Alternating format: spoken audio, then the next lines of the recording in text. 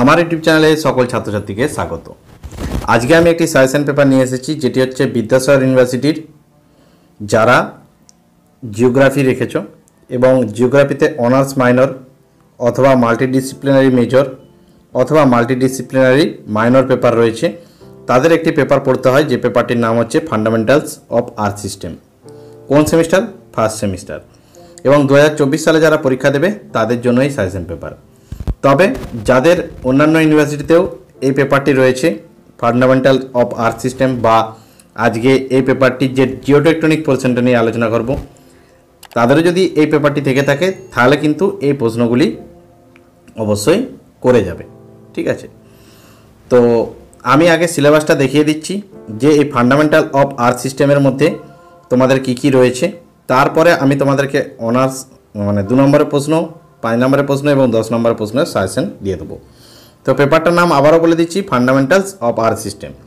তো প্রথম ইউনিটটা যেটা থাকে, ফার্স্ট ইউনিটে থাকে জিওটেকটনিক। এখানে অনেকগুলো টপিক রয়েছে। ফার্স্ট টপিক রয়েছে অরিজিন অফ আর্থ, তারপর রয়েছে আর্থ ইন্টেরিয়র, তারপরে আইসোস্টাসি এবং কন্টিনেন্টাল ডিপ থিওরি এবং প্লেট টেকটনিক থিওরি। তাহলে তোমরা দেখতে পাচ্ছ এখানে মোট টপিক রয়েছে 5টা। এই 5টা টপিকের উপরে সাজেশন হবে, অতএব ভিডিওটা একটু বড় হবে, একটু ধৈর্য ধরে দেখবে এবং এই প্রশ্নগুলো তোমরা করে গেলেই আশা করি এর থেকে সমস্ত প্রশ্নই প্রায় কমন পেয়ে যাবে। তো প্রথমে আমি 2 নম্বরের প্রশ্ন আলোচনা করব, তারপরে 5 নম্বরে, তারপরে 10 নম্বরে। তো অবশ্যই তোমরা ভিডিওতে একটা লাইক করে দিও, তোমরা লাইক দিলে আমারও ভিডিও বানানোর উৎসাহ বাড়ে। এবং চ্যানেলে নতুন হলে অবশ্যই চ্যানেলটা সাবস্ক্রাইব করে পাশে নোটিফিকেশন আইকনটিতে ক্লিক করে রাখবে। তো প্রথমে 2 নম্বরের যে প্রশ্নগুলো আসছে সেগুলো একটু তাড়াতাড়ি আলোচনা করে দেবো, কারণ 2 নম্বরের প্রশ্নে কোনো সাজেশন সচরাচর হয় না। কিছু এখানে আমি কোশ্চেন ব্যাংকের মতন সাজেস্টিভ প্রশ্ন বেছে দিয়েছি। এই প্রশ্নগুলো কিন্তু অবশ্যই দেখে যাবে, এই প্রশ্নগুলো কোনোটা না দেখে পরীক্ষা দিতে যেও না। তো প্রথম প্রশ্ন, বিগ ব্যাং তত্ত্ব কী? তারপরে নেবুলা বা নীহারিকা কী? বিগ ব্যাং বা মহাবিস্ফোরণ কী? সিঙ্গুলারিটি কী? ভূত্বক কাকে বলে? ভূত্বকের প্রধান উপাদানগুলি কী কী? ভূত্বকের শ্রেণীবিভাগ করো। ভূত্বকের গুরুত্ব লেখো। শিলামণ্ডল কাকে বলে? শিয়ালের বৈশিষ্ট্যগুলি লেখো। সীমার বৈশিষ্ট্যগুলি লেখো।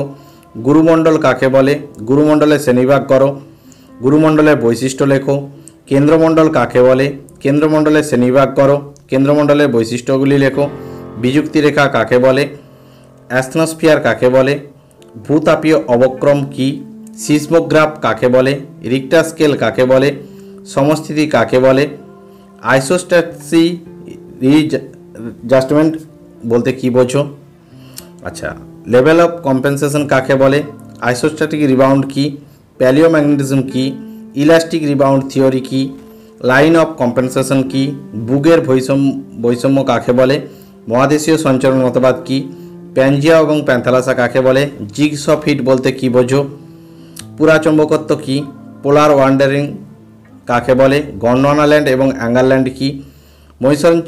মহিষঞ্চরণ তত্ত্বের জীবাশ্ম গঠিত প্রমাণের 2টি জীবাশ্মের নাম লেখো। মহীখাত বা জিওসিনক্লাইন বলতে কী বোঝো? মধ্যমা ভূমি বা মিডিয়ান মাস কী? ইওজিওসিনক্লাইন বা পরিমহীখাত বলতে কী বোঝো? মায়োজিনক্লাইন বা উপমহীখাত বলতে কী বোঝো? মহীভাবক আলোড়ন কাকে বলে? গিরিজনিক আলোড়ন বলতে কী বোঝো? ডাস্টোপিজম কাকে বলে?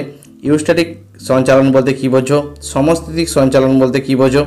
পাত কাকে বলে? পাত সঞ্চালন তত্ত্ব কী? ত্রিপাত সীমানা কী? মেলাঙ্গে কী? ওফিওলাইট কী? প্লেটের পার্শ্বীয় গতি কাকে বলে? ফ্র্যাকচার জোন কাকে বলে? বিনিয়োগ জোন বলতে কী বোঝো? পরিচলন স্রোত কী? অ্যান্ডেসাইড রেখা কী? তপ্ত অঞ্চল কী? প্লিউম কাকে বলে? পরিপ্লব বলয় বা মোবাইল বেল্ট কাকে বলে? ক্রেটন কাকে বলে? রক্ষণশীল পাত সীমানা কাকে বলে? অলাকোজেন কী? প্লেট টেকটনিক কী? সিবন রেখা বা সুচার লাইন কী? অধঃপাত অঞ্চল কী? এই প্রশ্নগুলো করে যাবে। জিওটেকটনিক পোর্শন কিন্তু অনেক বড়, 5টা ইউনিট রয়েছে, সেই জন্য প্রশ্নগুলো অবশ্যই দেখে যাবে। এবারে আসছি 5 নম্বরের প্রশ্ন, তারপরে আসবো 10 নম্বরের প্রশ্ন। তো 5 নম্বরে যে প্রশ্নগুলো আছে, প্রথম প্রশ্নটা বলে দিচ্ছি, পৃথিবীর প্রধান প্রধান বিযুক্তি রেখাগুলির পরিচয় দাও। এখানে আমি কোশ্চেনগুলো স্টার মার্ক দিয়ে দিচ্ছি, অবশ্যই করে যাবে। যে প্রশ্নগুলো যতগুলো স্টার দেবো সেই প্রশ্নটি ততটা বেশি ইম্পর্টেন্ট। পৃথিবীর প্রধান প্রধান বিযুক্তি রেখাতে আমি 4টে স্টার দিলাম, অবশ্যই করে যাবে। প্রতিটা স্টার দেওয়া সম্ভব নয়, আমি মুখে বলে দিচ্ছি, তোমরা পারলে একটু নোট ডাউন করে নাও। শিয়াল এবং সীমার পার্থক্য লেখো, ভূত্বক এবং শিয়ালের মধ্যে পার্থক্য লেখো, লিথোস্ফিয়ার এবং অ্যাস্ট্রোস্ফিয়ারের পার্থক্য লেখো, ভূকম্পীয় তরঙ্গের শ্রেণীবিভাগ করো, পি এবং এস তরঙ্গের পার্থক্য লেখো, এয়ারি এবং প্লেটের সমস্থিতি তত্ত্বের পার্থক্য লেখো, অভিকর্ষজনিত বৈষম্য ব্যাখ্যা করো। এই যে প্রশ্নগুলো বললাম তার মধ্যে এই পি তরঙ্গ এবং এস তরঙ্গের পার্থক্যে তোমরা 4টে করে স্টার দাগ নিয়ে নেবে, এবং তার সাথে যে এয়ারি এবং প্লেটের তত্ত্ব বলছি এর পার্থক্য, এটাতেও 4টে স্টার দাগ নিয়ে নেবে। এখানে ভূকম্পীয় তরঙ্গের শ্রেণীবিভাগে এখানে 3টে স্টার দাগ নিয়ে নেবে। ঠিক আছে, এবারে আসছে অভিকর্ষজনিত বৈষম্য কাকে বলে, 2টো স্টার দাগ নেবে। সমস্থিতিক বৈষম্য কাকে বলে, এখানেও 2টো স্টার দাগ নেবে। অভিকর্ষীয় বৈষম্যের বিভিন্ন প্রকারগুলি কী কী, 2টো স্টার দাগ নেবে। মেরু সঞ্চারণ বলতে বা কাকে বলে ব্যাখ্যা করো, এটাতে 2টো স্টার দাগ নেবে। এরপরে একটা প্রশ্ন রয়েছে যে আলফ্রেড ওয়েগনারের যে মহাসঞ্চরণ তত্ত্ব মতবাদ রয়েছে তার জলবায়ুগত প্রমাণগুলি দেখো, 5টা স্টার দাগ নিয়ে রাখো, খুব ইম্পর্টেন্ট কোশ্চেন এটা। তারপরে মহাদেশ সঞ্চালনের সপক্ষে পুরা চৌম্বকত্ব প্রমাণগুলি কী কী, এটাও 2টো স্টার দাগ নিয়ে নেবে। প্যানজিয়া এবং প্যান্থালাসের পার্থক্য, 2টো কি 3টে স্টার দাগ নেবে। লোয়ার এশিয়া গন্ডোয়ানাল্যান্ডের পার্থক্য, 2টো স্টার দাগ নেবে। মহাদেশীয় সঞ্চরণের নিরক্ষীয় চলন এবং পশ্চিমাভিমুখী চলনের মধ্যে পার্থক্য লেখো, এটাতেও 2টো স্টার দাগ নেবে। মহাসঞ্চরণ তত্ত্ব মতবাদের যে তাৎপর্য বা গুরুত্ব, এটাও 2টো স্টার দাগ নেবে। এইখানে প্রশ্নটা খুব ইম্পর্টেন্ট রয়েছে, মহাসঞ্চরণ মতবাদের ত্রুটিগুলি কী কী, এখানে প্রশ্নটায় 4টে স্টার দাগ নিয়ে রাখবে। ক্লিয়ার?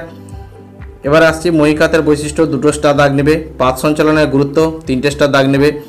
ভূত্বকীয় পাত সময়ের অস্তিত্বের প্রমাণ দাও, এই প্রশ্নটা 4টে স্টার দাগ নেবে। এই প্রশ্নটা খুব বেশি ইম্পর্টেন্ট রয়েছে।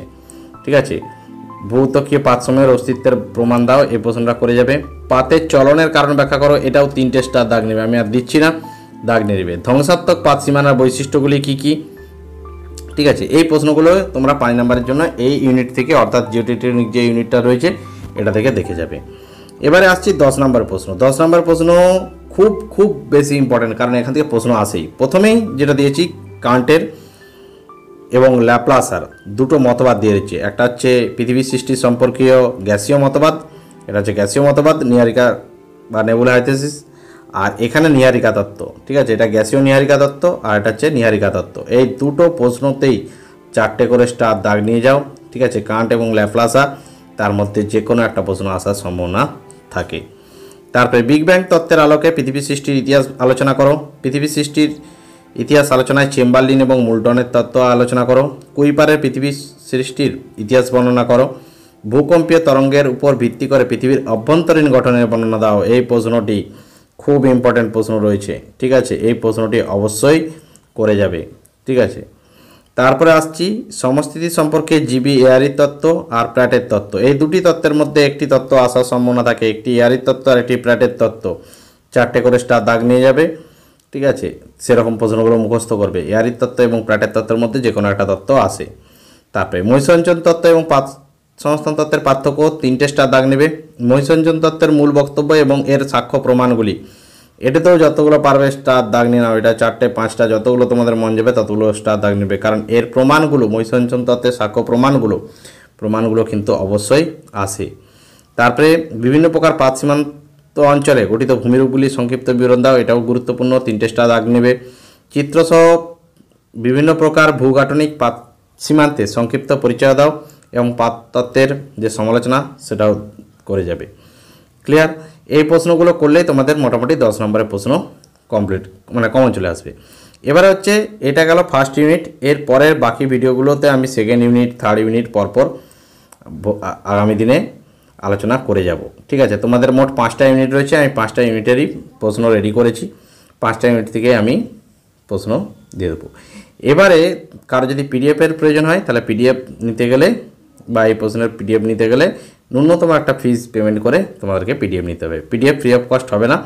ঠিক আছে, আর যাদের পিডিএফ নেবে না তারা এখান থেকে প্রশ্নগুলোর খাতায় লিখে নাও, তাহলেও হবে।